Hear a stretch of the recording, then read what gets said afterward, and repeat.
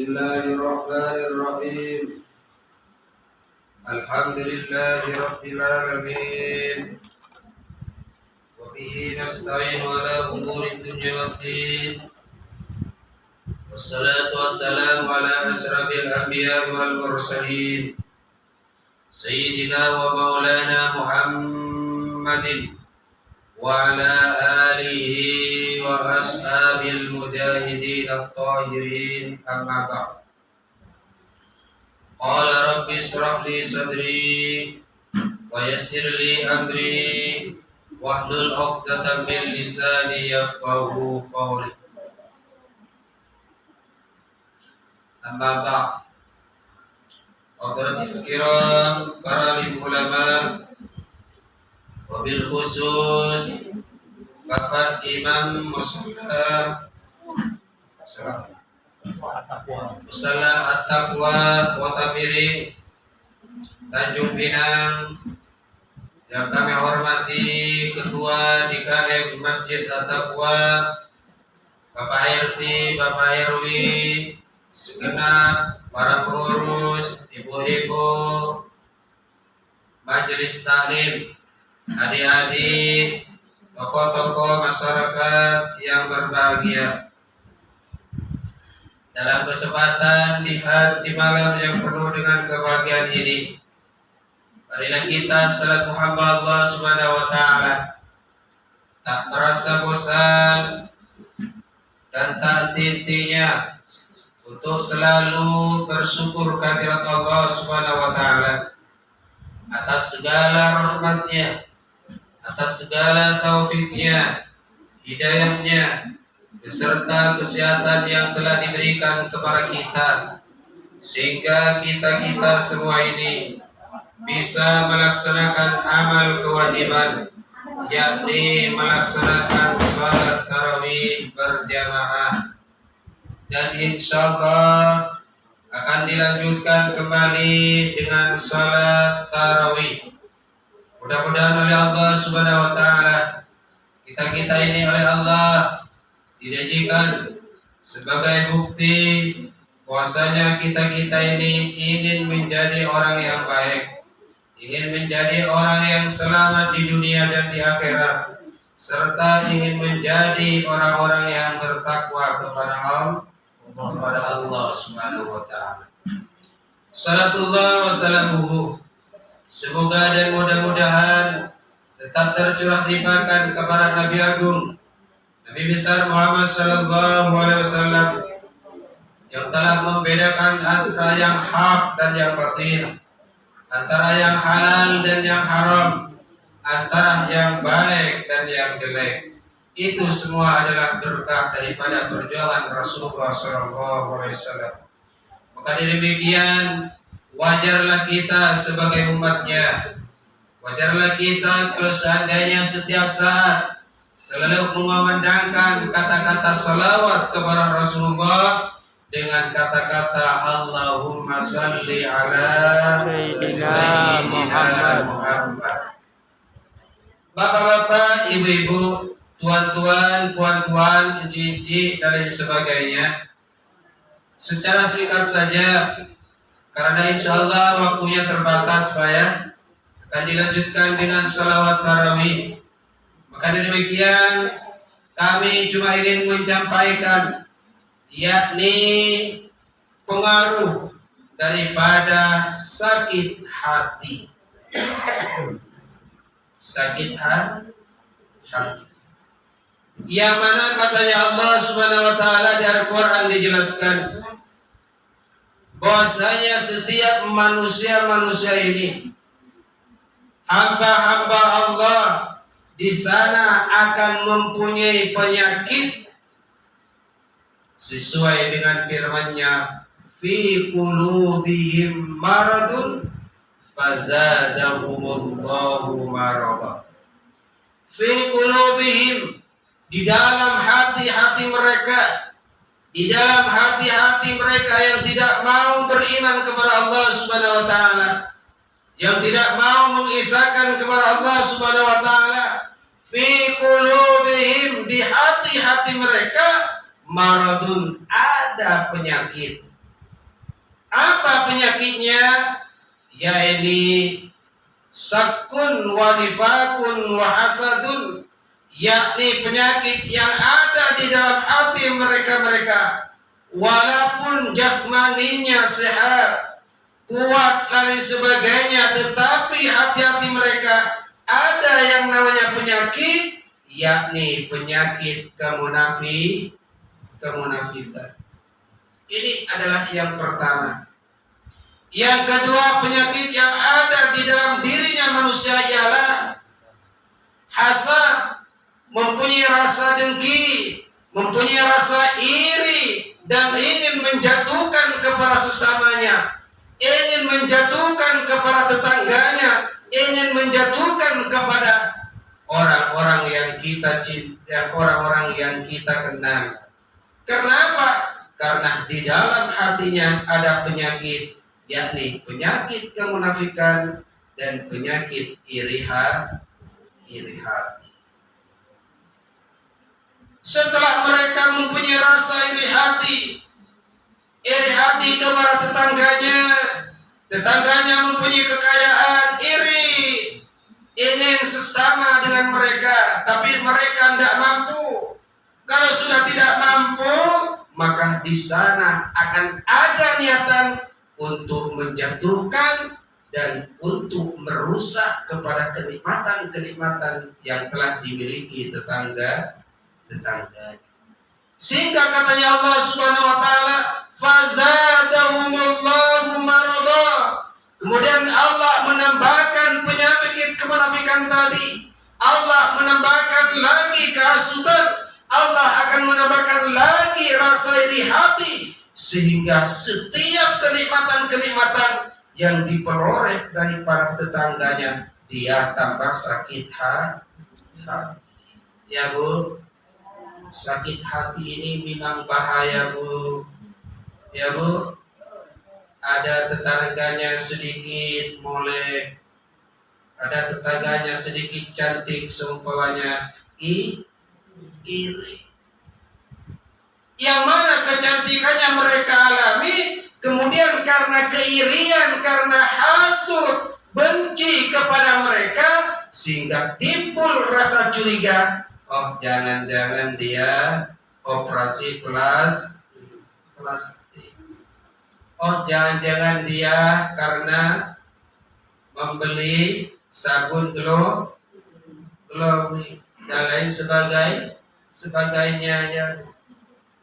Ada tetangga lagi beli kulkas baru, ada tetangga lagi beli sepeda baru, mobil baru dan sebagainya. Karena sakit hati, mereka ada kecurigaan, jangan-jangan mereka pinjam ke bank, padahal hasil jerih payah. Siapa mereka itu yang mempunyai rasa sakit hati yang sedemikian?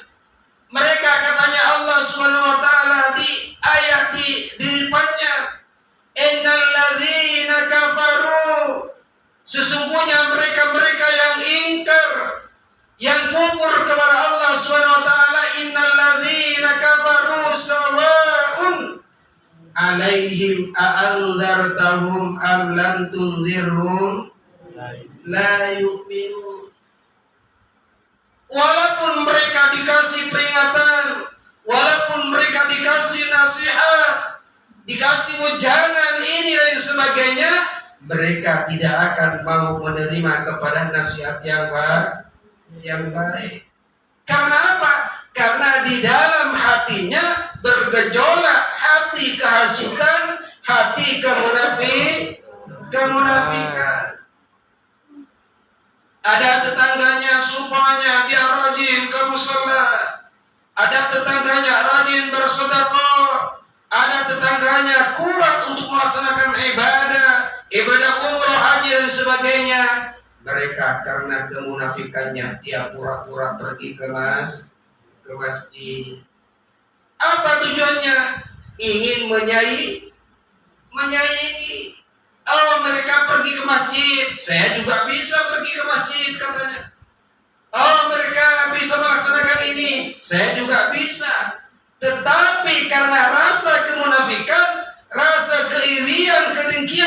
sebagainya, mereka yang dilaksanakan cuma dilaksanakan dengan secara pura-pura ya, pura-pura waktunya sudah. Bu, sedikit lagi Bu, sedikit lagi, alhamdulillah.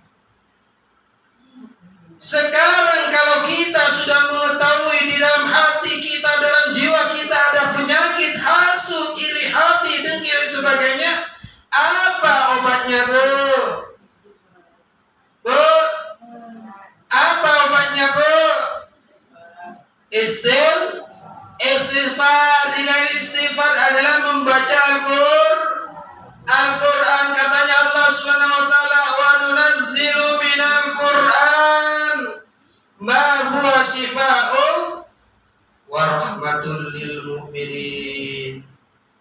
Dan aku turunkan Al-Quran yang mana di dalam Al-Quran itu ada obat, ada rahmat bagi orang-orang yang iman kepada Allah Subhanahu wa taala. Kalau seandainya di dalam hati kita Bu, tetangga beli kulkas baru mempunyai rasa iri, cepat-cepat mengambil Al-Quran, ataupun cepat-cepat membaca istighfar untuk menanggulangi ya, agar tidak bergejolak ya. Sehingga apa? Dengan bacaan istighfar dia kembalikan kepada Allah Subhanahu wa taala, ya Allah, mereka memang mampu ya Allah membeli kulkas yang baru ya Allah, tetapi kami ya Allah tidak mampu. Ya Allah, mereka bisa bergaya dengan sedemikian ya Allah, tetapi kami tidak bisa ya Allah. Sehingga dia kalau sudah mengetahui kelemahan kepada dirinya, sehingga dia bisa untuk membaca Al-Quran dan bermunajat, minta kepada Allah Subhanahu wa ta'ala. Ya Allah, tetangga kami, orang kenalan kami, mereka sudah pergi umroh ya Allah. Karena dia keinginannya, tapi tidak hasut, tetapi tidak iri. Mereka bangun malam, lapor kepada Allah, ya Allah, mereka bisa melaksanakan sedekah, bisa melaksanakan infak dan sebagainya. Tetapi kami ya Allah tidak bisa untuk melaksanakan infak dan sedekah karena kami orang miskin. Minta kepada Allah Subhanahu wa taala, ya Allah, berikanlah suami kami orang yang sehat teguh ya Allah, sehingga bisa mencari harta yang halal. Itulah bagi mereka yang tidak punya rasa iri hati, bermunajat kepada Allah Subhanahu wa taala, tidak iri hati.